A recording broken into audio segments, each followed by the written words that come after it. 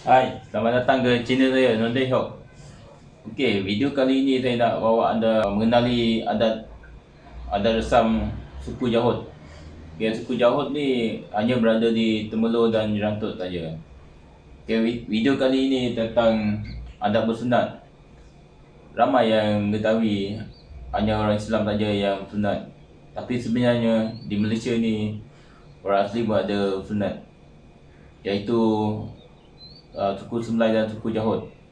Okay, video kali ini saya bawa anda mengenali adat resam suku Jahut. Bagaimana suku Jahut boleh amalkan adat bersunat ni? Okay, sebenarnya peristiwa ni pada suatu masa dahulu, anak raja Pagaruyung datang ke kampung Jahut. Baginda telah dihina oleh kaum kerabatnya kerana tidak boleh disunatkan kerana mengamalkan ilmu kebal.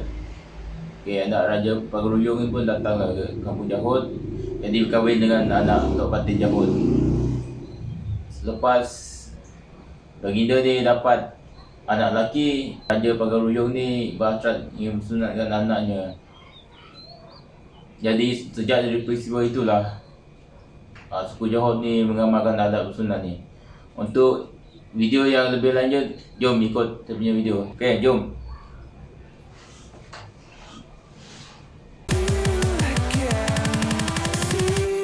Again.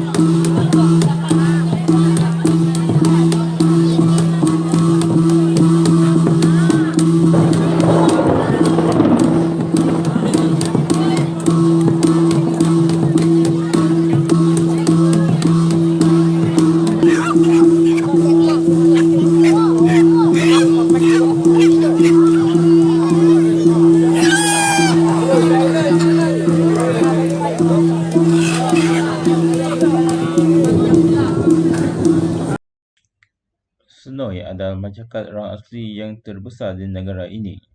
berbanding negeri Toh dan Melayu Proto, yang salah satu suku kaum dalam kumpulan itu ialah Jahud.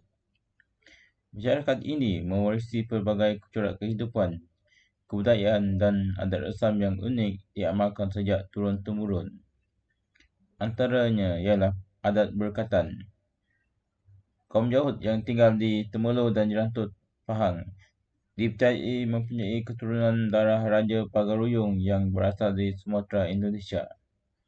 Sejarah itu bermula apabila putera bungsu Raja Pagaruyung yang tidak boleh dikatakan kerana mengamalkan ilmu kebal menyebabkan baginda dihina kaum kerabatnya.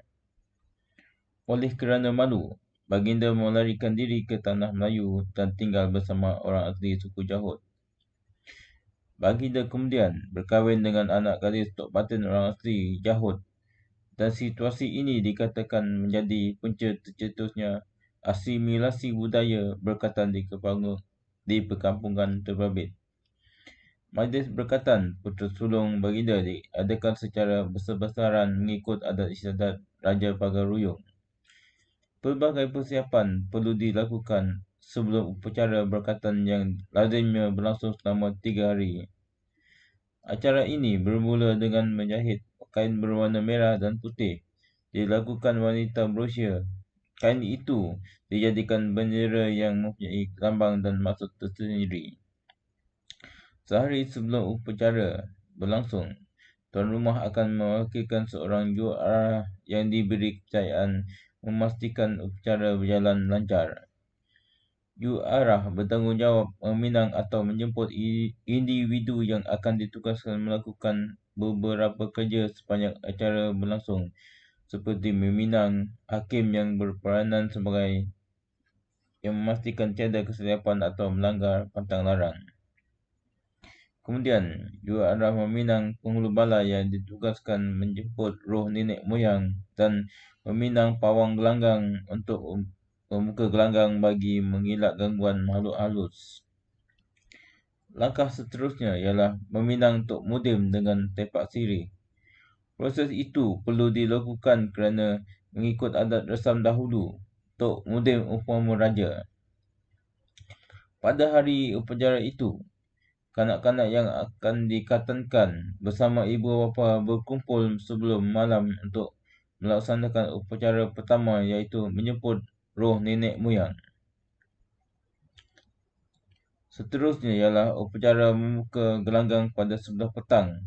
Apabila pawang gelanggang memulakan acara itu di halaman katan dengan membaca mantra dan mengasap keris. Ia bertujuan menyeru semangat besi selain sebagai alat ketika membuka gelanggang.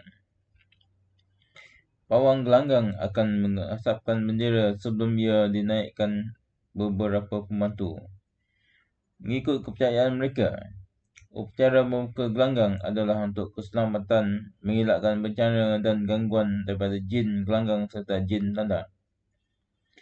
Pawang gelanggang akan membuka balai katan yang dimulakan dengan bacaan mantra. Pawang gelanggang akan menabur betih, menepung tawar dan bersilat di sekitar kawasan tiang seri rumah sebagai tanda menghormati tiang berkenaan, jin balai dan tuan rumah. Selesai acara ini, gadis bersama payung berhias dan beberapa penduduk dengan alat muzik yang akan bersiap sedia untuk menyambut ketibaan Tok Mudim. Tok Mudim dipayungkan dan diarak ke balai katan dengan iringan muzik. Cara ini seolah-olah menyambut kedatangan raja.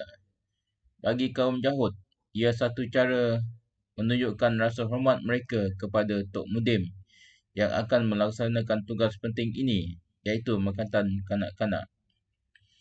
Oleh kerana orang asli Jahud daripada keturunan raja, kanak-kanak yang akan berkatan diwajibkan memakai pakaian diraja diuruskan juruarah.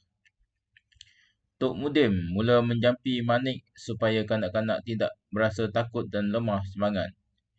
Mereka diberikan makan sirih dan manik yang dijampi Tok Mudim berkenaan. Pada hari kedua pula, juruarah dan Tok Mudim akan membawa kanak-kanak itu ke sungai berhampiran untuk berendam. Mengikut kepercayaan komuniti berkenaan, ia bagi membuang segala keburukan yang ada dalam diri kanak-kanak dan mengurangkan kesakitan ketika berkatan. Selesai berendam, kanak-kanak akan dibawa ke kawasan lapang untuk memakai lengkap pakaian diraja termasuk tengkolok dan keris bagi menandakan mereka adalah orang asli berketurunan Raja Pagaruyung. Kanak-kanak akan beratur masuk ke dalam ruang berkatan dengan membawa tempurung berisi tanah yang sudah dijampi. Selepas dikatankan, kanak-kanak tidak dibenarkan keluar dari ruang berkatan sehingga hari bercukur rambut, iaitu pada hari ketiga kecuali untuk membuang air. Pada hari ketiga, bendera diturunkan bagi menandakan majlis berkatan sudah selesai. Mengikut kepercayaan kaum Jahud, muzik tidak boleh dihentikan sepanjang upacara itu berlangsung bagi mengiringi roh dan jin pulang ke tempat asal. Acara terakhir ialah jamuan makan bagi meraihkan kejayaan mengadakan majlis itu. Majlis berkatan adalah perayaan terbesar bagi suku kaum Jahud.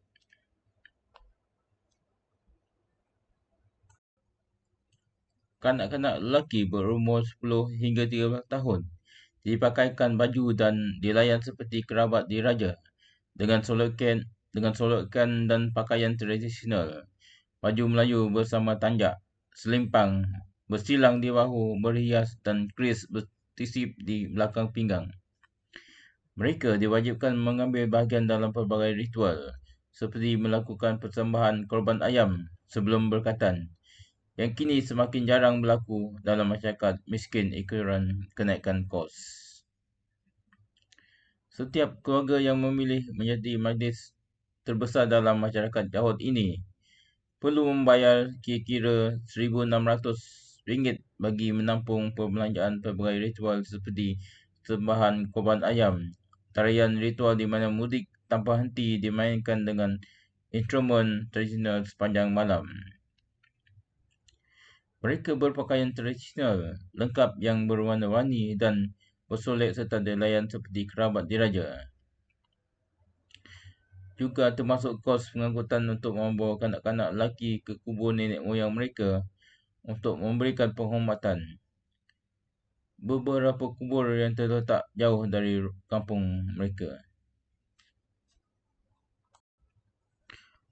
Majlis dimulakan dengan doa kepada nenek moyang yang diketuai penghulu balai bagi mendapatkan restu dan perlindungan agar acara yang dapat dijalankan tanpa sebarang gangguan. Kemudian semua upacara dipimpin individu bertanggungjawab yang dipanggil bapa. Kebanyakan ritual termasuk berkatan diadakan di kediaman tuan rumah yang juga terlibat dalam acara berkatan. Sepanjang majlis itu, kanak-kanak lelaki diberi layanan khas seperti didukung di bahu semasa mengelilingi kubur nenek moyang mereka, tidur dan makan berasingan. Pada waktu malam, wanita akan memasak bersama-sama bagi memberi makan kepada ratusan yang hadir berhusu-husu di kediaman kayu tuan rumah. Dan sepanjang malam, rumah itu penuh sesak dengan ahli keluarga, saudara mara dan penduduk kampung yang berhimpitan memandangkan ruang yang terhad. Muzik dimainkan sepanjang malam semasa kanak-kanak lelaki mengambil bahagian dalam tarian ritual yang diketuai guru silat. Mereka perlu menari seperti burung. Mereka perlu hampir dengan guru silat semasa menari kerana orang ramai yang menjadi semakin liar adalah untuk membuat anak-anak itu teruja.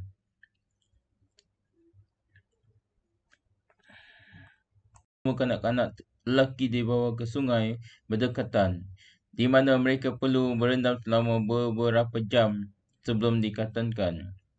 Setiap kanak-kanak lelaki juga menerima tempurung diisi dengan tanah liat yang akan digunakan semasa majlis berkatan. Daripada 18 suku kaum asli di semenanjung Malaysia, hanya 3 suku kaum saja yang mempunyai amalan berkatan. Tetapi 2 suku lain itu tidak mempunyai majlis seperti ini. Generasi baru Jahot perlu mempelajari dan meneruskan tradisi kerana ia merupakan identiti unik komuniti mereka. Mereka seharusnya berbangga untuk menunjukkan kepada rakyat di Malaysia atau dunia yang suku Jahot adalah unik, berbeza daripada orang lain dan mempunyai cara hidup yang tersendiri. Sekian saja video saya pada kali ini. Jika video ini bermanfaat, bantulah saya share, like dan komen. Anda boleh bagi pendapat pada ruangan komen. Okey, sekian, terima kasih.